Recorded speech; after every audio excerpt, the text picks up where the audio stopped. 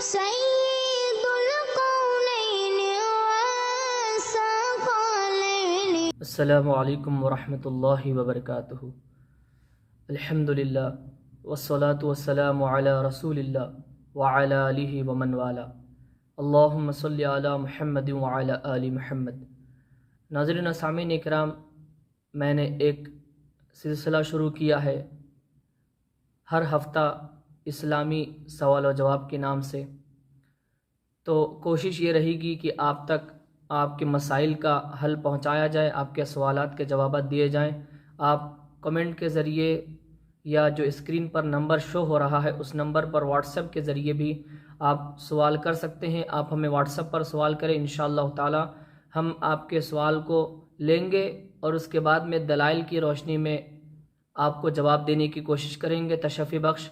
जितने सारे एक हफ़्ते में हमारे पास सवालात मौसूल होंगे उन तमाम को हम जमा करके हर हफ्ता हम आपके सामने वीडियो की शक्ल में दलाइल के साथ उसके जवाबात पेश करेंगे।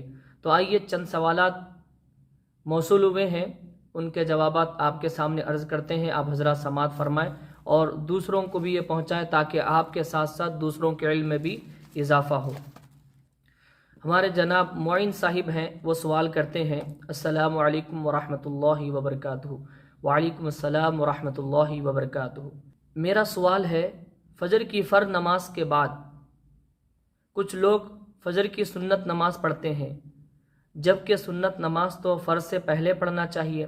इस मसले में वजाहत कीजिए। बहुत ही अच्छा सवाल है। याद रखें कि अगर कोई जानबूझकर सुन्नत को छोड़ रहे हैं वक्त के होते हुए भी, तो सबसे पहले तो वो गुनहगार हैं।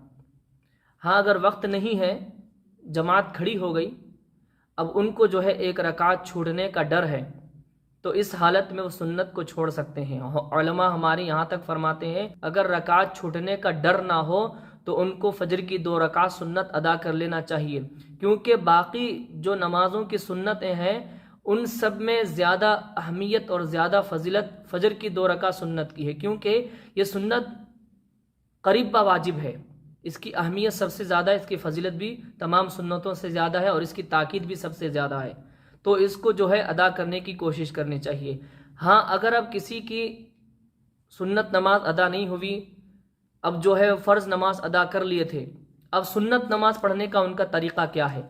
हदीस मुबारक में बयान किया गया है, तिरमिज़ी शरीफ की हदीस है, अन अबी हुरैरता रज़ियल्लाहु अन्हु क़ाल क़ाल रसूलुल्लाह सल्लल्लाहु अलैहि व आलिहि वसल्लम मन लम युसल्ली रकातैल फ़ज्र फ़लयुसल्लिहिमा बादा तत्लुअश शम्स।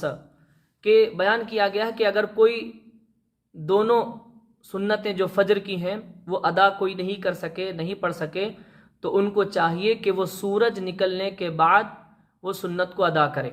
यानी कि फ़जर की नमाज के फ़ौरन बाद हम सुन्नत 2 रकातें हमारी जो छुटी थी फ़जर की नमाज के बाद वो अदा नहीं कर सकते, नहीं पढ़ सकते। तो कब पढ़ना चाहिए? सूरज तुलू होने के बाद, यानी कि जो इशराक का वक्त होता है, इशराक के वक्त में जो फ़जर की सुन्नत आपकी छुटी थी उसको अदा करना होगा। ये तरीक़ा है फ़जर की 2 रकात छूट जाए तो पढ़ने का। बाकी की जो नमाज़ों की सुन्नतें हैं आप जो है फ़र्ज़ नमाज के बाद अदा कर सकते हैं। अब उसके अलावा एक दूसरा सवाल ये किया गया है, अस्सलामु अलैकुम वरहमतुल्लाहि वबरकातुहू। अल्लामा साहब, बुरा ख्वाब आए तो क्या पढ़ें?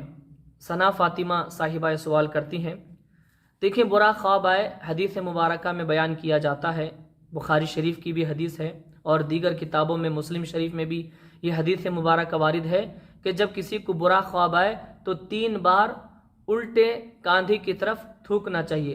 हकीकत में थूकना नहीं, सिर्फ थू थू थू इस तरह से करना चाहिए और उसके बाद में अऊज़ु बिल्लाहि मिनश शैतानिर रजीम पढ़ लेना चाहिए। इंशाअल्लाह वो ख्वाब आपको जो है कोई नुकसान नहीं पहुंचाएगा। हाँ, कोई बुरा ख्वाब आए तो किसी से जाहिर नहीं करना, किसी को बताना नहीं।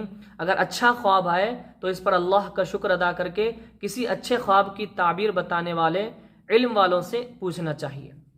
अब तीसरा सवाल किया गया है, रिश्वत लेने और देने वाले का क्या हुक्म है? मुबश्शिर साहिब ये सवाल करते हैं। देखिए, रिश्वत लेना और देना ये दोनों भी हराम और नाजायज़ हैं इस्लाम में। रिश्वत, अब देने वाला अगर अपनी ख्वाहिश से दे रहा है तो गुनहगार है और लेने वाला ले रहा है तो भी गुनहगार है।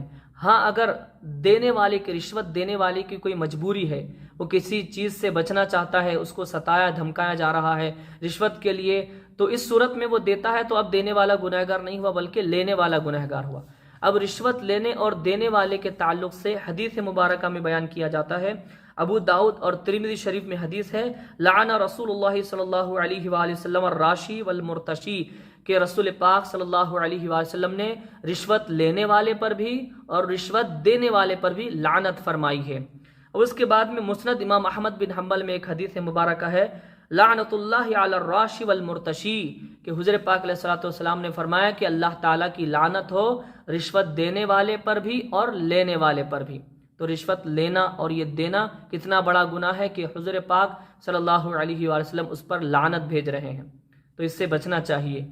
ناظرین و سامعین اکرام، یہ تھے وہ چند مسائل جو ہم نے آپ کے سامنے پیش کیے۔ اللہ تبارک و تعالیٰ کی بارگاہ میں دعا کرتے ہیں کہ ہم سب کو عمل کی توفیق عطا فرمائے، نیک اعمال کرنے کی توفیق عطا فرمائے، آمین ثم آمین بجاہ النبی سید المرسلین طہ و یاسین۔